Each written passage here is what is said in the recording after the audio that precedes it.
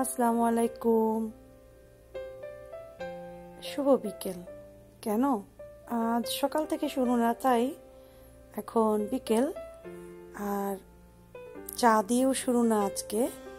আপনারা আমার থাম্বনেলটা দেখে বুঝেছেন থাম্বনেলটা কি ছিল, রোজা, তাই না?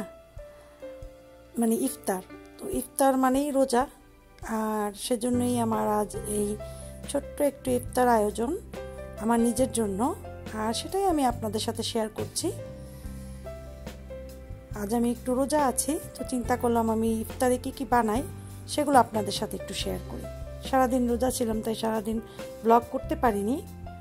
তো যাই হোক, এখন আমি প্যাটিস পাতা নিয়েছি, কিছু একটু প্যাটিস বানাচ্ছি। এগুলো রেডিমেড পাতা, তার ভিতরে আমি একটু চিকেন করে রেখেছিলাম, ছোট ছোট পিস করে এটাকে পুর বানিয়েছি। এটাই প্যাটিস পাতার ভিতরে দেব। তো আমি ফ্রিজ থেকে পাতাগুলো প্যাকেট খুলে এভাবে রেখেছি, এখনও ঠান্ডা ছাড়িনি পুরোপুরি, সেজন্য একটু শক্ত। আমি দেখে দেখে নিচ্ছি, যেটা একটু নরম হয়েছে আমি সেগুলোকে বানিয়ে নিচ্ছি, আর আমি এটা ওভেনে বেক করব।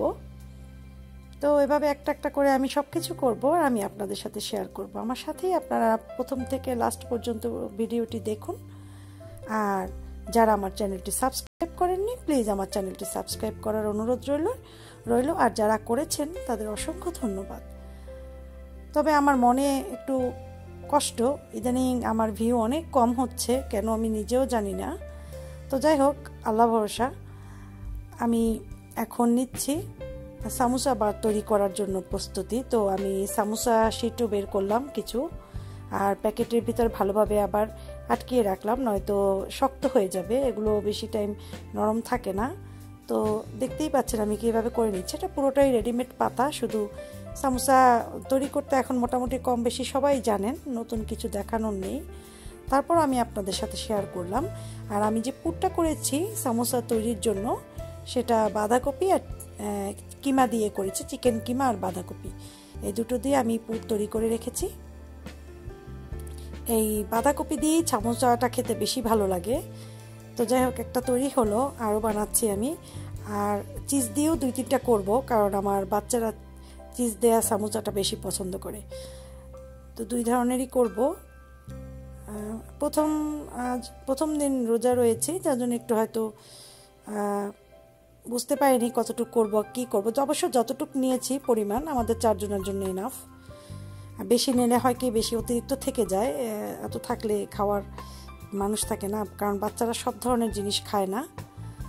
সামোসাটা চিজ দেয়া হলে খাবে, চিজ দেয়া না হলে হয়তো খাবে না। তো যাই হোক, আমি এখন চিজ দিয়েও কিছু করছি। তো চিজটা আমি 1 টুকরো চিজকে আমি 2 ভাগ করে নিয়েছি।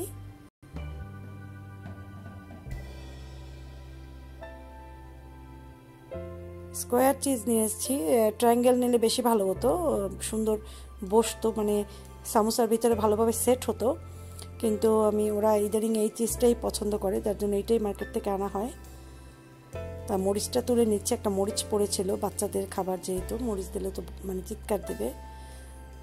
তো এইভাবে করেই আমি সামোসাগুলো বানিয়ে নিচ্ছি।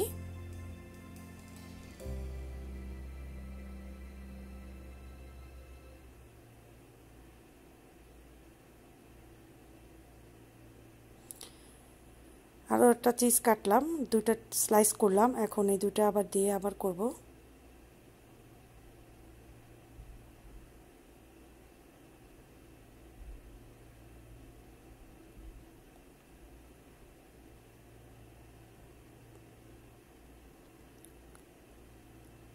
তো এখন আমি এখানে ডাল, মুসুরির ডাল, সেটা দিয়ে পেঁয়াজও বানাচ্ছি। তো আমি ডালের ভিতর বেশি করে পেঁয়াজ দিয়েছি, কাঁচামরিচ, একটু ধনিয়া পাতা, আর দিয়েছি একটু হলুদের গুঁড়ো অল্প পরিমাণের। পাশের চুলোতে আবার আরেকটু তেল দিয়েছি, ওখানে আমি বেগুনি ভাজবো, আর এই পাশে আমি দেবো, কারণ আমার টাইম নেই, আধা ঘন্টার মতো বাকি আছে। তো আধা ঘন্টা না, 1.5 ঘন্টা, তো কুলাতে পারবো না, সেই জন্য আমি 2 চুলাতেই বসিয়ে দিলাম। তো এই পেঁয়াজগুলো দিয়ে দিচ্ছি। পেঁয়াজুটা আজ অবশ্য মনে করেছিলাম বুট সিদ্ধ করা ডিপে আছে, কিন্তু পরে দেখি ডিপে নেই। তো যাই হোক, বুটটা খাওয়া হবে না। তো পেঁয়াজও সব বসিয়ে দিয়েছি, চুলার আঁচটা একদম মানে কম করে দিয়েছি, নয়তো উপর পুড়ে যাবে, নিচ সিদ্ধ হবে না ভালোভাবে। আর এখানে বেগুনিগুলো দিয়ে দিচ্ছি। তো বেগুনিটা আমার খুবই ভালো হয়, অনেক ফুলে যায় আর অনেক ক্রিস্পি হয়। তো বেগুনিগুলো ভেজে তারপরে আর আমি ওভেনে প্যাটিসটা ওভেনে দিয়েছি, এই চুলার ওভেনের ভিতরেই দিয়েছি নিচের দিকে। আর আমার ওভেনটা আমি গ্যাসটা ইউজ করি, এটা কিন্তু ইলেকট্রিক দেওয়া যায়, আবার গ্যাসটাও ইউজ করা যায়। তো আমি গ্যাসটা ইউজ করি, এই জন্য গ্যাসটা দিলে বেশি সুবিধা হয় এই জন্য। আর আমার ছোট একটা ইলেকট্রিক ওভেন এক্সট্রাও আছে, যেটা আমি মাঝে মাঝে করি, যদি আমার অনেক বেশি মেহমান থাকে, অনেক বেশি কিছু করতে হয়, তখন দুইটাতেই দিয়ে দিই। তখন আমি অল্প সামান্য করেছি প্যাটিস কয়েকটা, যার জন্য আমি এটাই দিয়েছি। আর এদিকে এই যে বেগুনগুলো ভেজে নিচ্ছি। তো দুটো করে বেগুন ভাজছে এই কারণে, না তো গায়ে গায়ে লেগে যাবে সেই জন্য। আর সামোসা এখানে তিনটা করে ভাজছি, যাতে ভাজাটা ইজি হয়ে যায়। আর নয়তো অনেক বেশি তেলে যদি বেশি দিয়ে ভাজি, পরে তেলগুলো ফেলে দেওয়া হবে, ওরকম খাওয়া হবে না। তো অপচয় করা তো আসলে ভালো না, সেই জন্য আমি অল্প তেলেই মানে সবগুলো ভেজে নেব। আর এই তেলটা ইউজ করে ফেলবো আজ আর কালকের ভিতরে ইউজ করে ফেলবো, নয়তো আসলে বেশি দুদিন রেখে তেল খাওয়া ঠিক না, তাতে অ্যাসিড হয়। তো যাই হোক, এখন আমি একটু উল্টিয়ে পাল্টিয়ে দিচ্ছি। আর আমার এই ছোট্ট ইফতার আয়োজন আপনাদের কাছে কেমন লেগেছে আমাকে অবশ্যই কিন্তু কমেন্ট করে জানাবেন। আর আমার চ্যানেলটি অবশ্যই সাবস্ক্রাইব করে নেবেন, পাশে থাকা বেল বাটনটিও অন করে দিবেন, যাতে নতুন ভিডিওগুলো আপনার কাছে সবার আগে পৌঁছে যায়। আর আমার রোকসানাস ম্যাজিক কিচেনও একবার ঘুরে আসার আমন্ত্রণ রইল আপনাদেরকে। তো যাই হোক, এখন আমার সামোসাগুলো একবার ভাজা হয়েছে, এখন আমি আরও কয়েকটা দিয়ে দিব চুলাতে।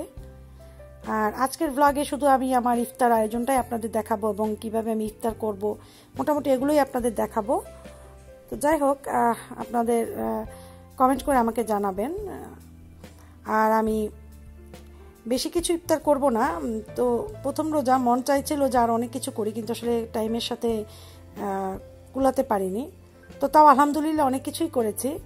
আলহামদুলিল্লাহ আল্লাহর কাছে অশেষ শুকরিয়া যে আল্লাহ আমাদের এতটুকু খাওয়ার তৌফিক দান করেছে, যে এতটুকু আমরা খেতে পারি, তাই না?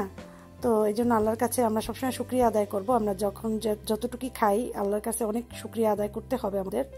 তো আল্লাহ আমাদের কিসমতে এতগুলো খাবার রেখেছিল। তো যাই হোক, এখন ওভেন থেকে আমি বের করে নিচ্ছি প্যাটিস। তো আমি অল্প কয়েকটা প্যাটিস দিয়েছিলাম, একটা করে নামে, কারণ অতিরিক্ত তো খাওয়া যায় না, সন্ধ্যার সময় এমনিতে খাওয়ার তো এরকম অভ্যাস নেই।